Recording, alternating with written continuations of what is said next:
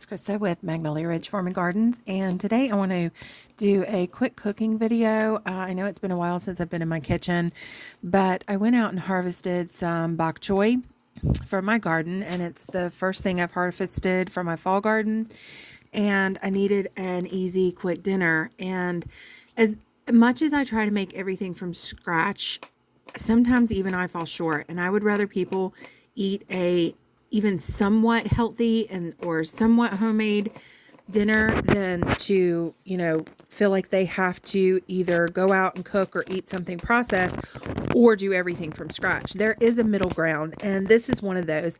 When I was at Costco the other day, which I mentioned in my previous video, I picked up one of the $4.99 large chickens. I mean, you really can't beat the price for something already done and cooked, even though my chickens are, of course, far better.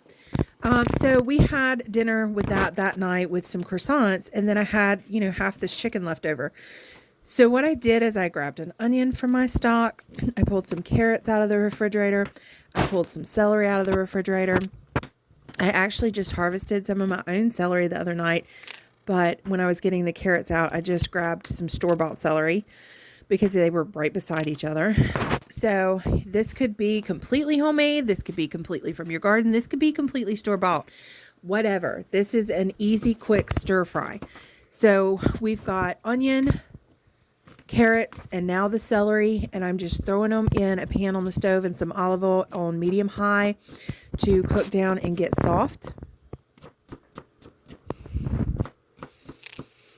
And I do have this video speeded up just a tad bit because I didn't want to take up too much time with this. I wanted it to be a, quick, easy meal. But I did get all of this entire meal done. I think it was about 20 minutes. While this was going, I put some rice in the microwave. If you have a rice cooker or something like that, you could do that. But I just threw it in the microwave and let it cook while I was doing all this. So while those vegetables are cooking on the stove, I have this chicken carcass, this rotisserie chicken carcass, and I'm just kind of cutting it up like I would when I'm parting out my own chickens from a raw state. I just kind of take that breast meat, what's left of it. That's pretty much all we ate the other night. But I'm taking that breast meat and pulling it off, and I'm pulling off all the skin because I don't want that. And I do get a little bit of like the congealed fat, just a tiny bit in there, but that's okay because it'll help the vegetables and everything cook when I combine it all. And again, it doesn't take a whole lot. I mean, this actually had quite a bit of meat on it. I think I ended up with like 3 cups of meat, two cups of meat. But if you don't have a lot of leftover chicken or you don't have any at all, I'm going to put egg in this dish, which is a protein source. You could even probably put beans in this dish if you wanted to go completely vegetarian. So you could do sausage. You could do, I guess you could do ground beef, like if you had some of that left over. But that would change, kind of the profile of it. But leftover steaks, strips of steaks.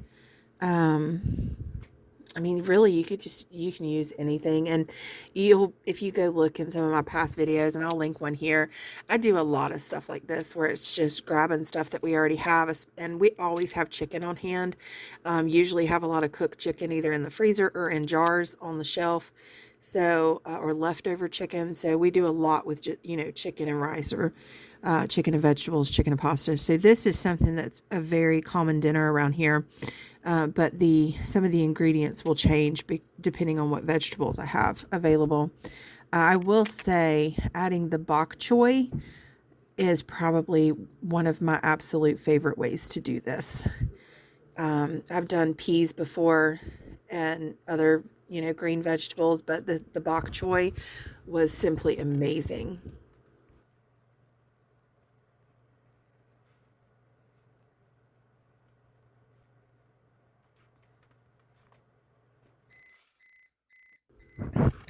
So I'm giving this another stir, and I'm going, now that they're getting soft, I'm adding some freeze-dried garlic.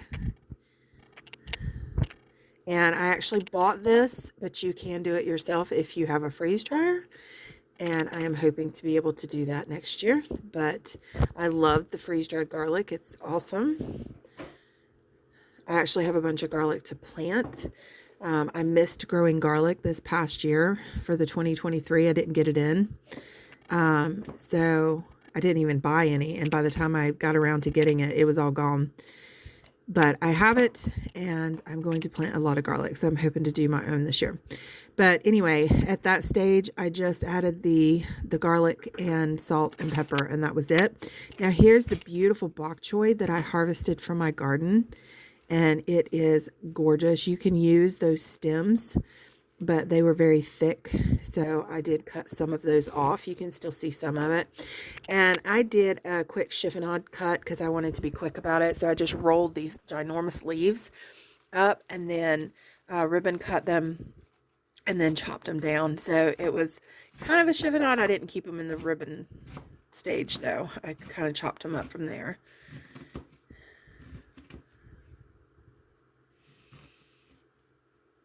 And then we just add that right to those cooking vegetables. And when I'm putting this pan on the stove behind me, I am putting the lid on top, just an FYI. And I've been cooking it over medium heat. The original vegetables, I seared the onions on like medium high. And once they started cooking and I added the carrots and celery, I turned it down to medium. And so I've been cooking everything over medium and stirring every time I add something. So here I am getting my eggs ready while the bok choy cooks down. And I just did 3 eggs. You can really do as many as you want, but since I had quite a bit of chicken, I just did a little bit. But if you didn't have any chicken meat, you could add more egg to give it more protein. I have a family of 4. So this was plenty for us, and I did salt and pepper the eggs. I didn't salt and pepper each layer, which a lot of times when you're cooking, you'll salt and pepper each layer, but I did do the eggs. And some of my film is missing. You'll see the rice here on the side, but the clip where I added the rice in is missing, so the last of it here is where I scrambled the eggs. And once those are scrambled, I add in the rice and I add in some teriyaki sauce and some soy sauce and just stir it together. So it's like 1 minute of clip right at the very end where I'm just putting it all together. But this is the final project. I do have this clip. And look at all that beautiful color. And I mean, it was so good. We really loved it, and I will definitely be making this again. So I hope you enjoyed this, and we'll see you on the next video.